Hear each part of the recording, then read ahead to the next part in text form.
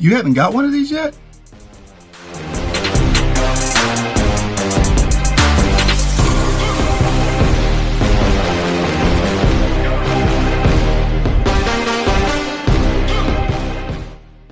Back in the cave today, man, talking about a highly acclaimed optic that's been on the market there, the MeCanik M03. If you don't know about this, MeCanik's got like 3 different. They got M01, which is a smaller one, M02, which is another small one. Then they came out with this competition one, which is the big window like the Trijicon SRO clone. And you see a lot of those. And again, when I was looking at this, I was comparing this to like the comp CH comp one, and I did a 1-to-1 comparison on it. And I was looking at the construction, the window size. This has a slightly bigger window, I think at 29 millimeters compared to that.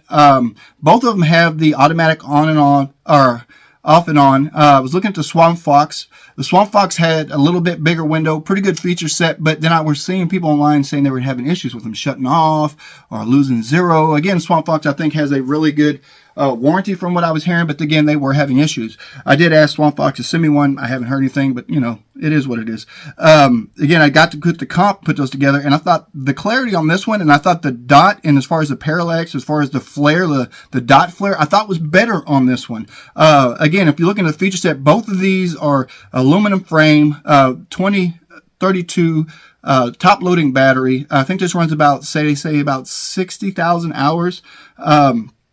The other two use a 7075 construction material aluminum. This uses a 6061. And people's like, oh, does it really make a difference?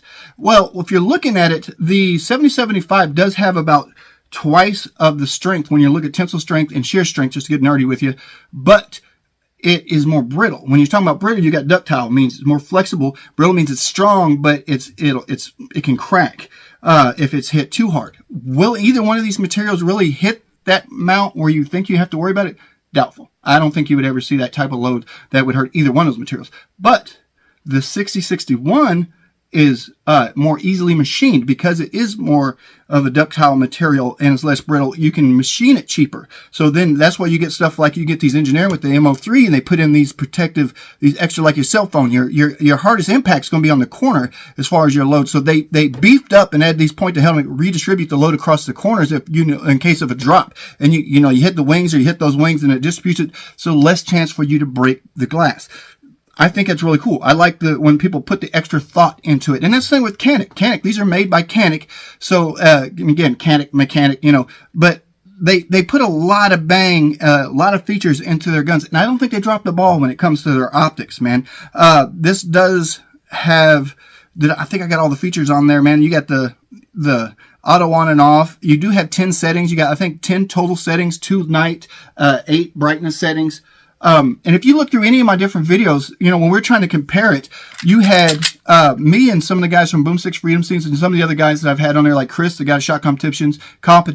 He had one on his TTI. He actually had one on his Platypus. I had one on my Rival, if you go look at the Rival comparison videos. And then I had one, if you look at the review that I had for the CZ Shadow 2, we actually had that on there also. So between all of us, we probably had 4 or 5 different ones of these and ran between all of us well over 1,000 rounds. You know, I've got a couple hundred in mine. They've got a couple hundred or 1,000 in theirs. So, I mean, we probably got 2,000-3,000 rounds between all of us and all the optics that we have, if I had to just ballpark it. And so far, no issues. I think that's a pretty good test, man. If you're looking through there and trying to figure out, man, is this thing going to hold up? So not just one, say, oh, I got one, I got a good batch. We've got multiple. You know what I mean? Like I said, I think we got, between all of us, we got like 4 or 5 of them running out there. So far, no issues. I know the Chris, the competition guy, you know, he puts his through a lot more as far as the abuse because he runs competitions and he has no issues with his. And again, you get there, another feature is the concave. That kind of helps you, you know, if you're trying to rack this, kind of help protect that glass also, man. So price, where are these at? I think if you look at the CH is running around $300 or $400. So that kind of put it out there because again, you got a bigger window on here. I thought the clarity was better, less flare. This and the Swamp Fox run about the same. But again, I wasn't able to get the hold of the Swamp Fox at the price I was able to get this for. I got this down at Boomsticks and Freedom Seeds because I was having trouble finding it. I got this for $200. I've seen them as low as $175. I've seen them as high as like $240, $250. But in general, you can get them around that $200 to $175 mark. For this optic, in comparison that I've had against my Hollisons, I put this up against my Leopold Delta Point Pro. I thought he had better dot, had better window. I thought it was clearer. My 507, Hollison 507, again, better window. I thought it's better clarity, less flare on the dot. As far as, when you look through, because I do have astigmatism, you look through there and you got that dot and it looks like it kind of starbursts on you. Don't have that at all with this issue, or have that issue at all with this optic. So for the money, man, I do not think you can beat this. And again, this is free and clear. I have this mounted on no magazine, no nothing. I have this mounted on a Canik still frame rival at the moment. And if you look through there, man, that dot is clear and clean on a very big window. And it actually looks pretty cool too. So, I mean, there it is. Like you said, it's not just me. We tested on all of it. And so far, everybody has been highly impressed on this, that has bought this optic, that has been running it through the tests that I've been going through.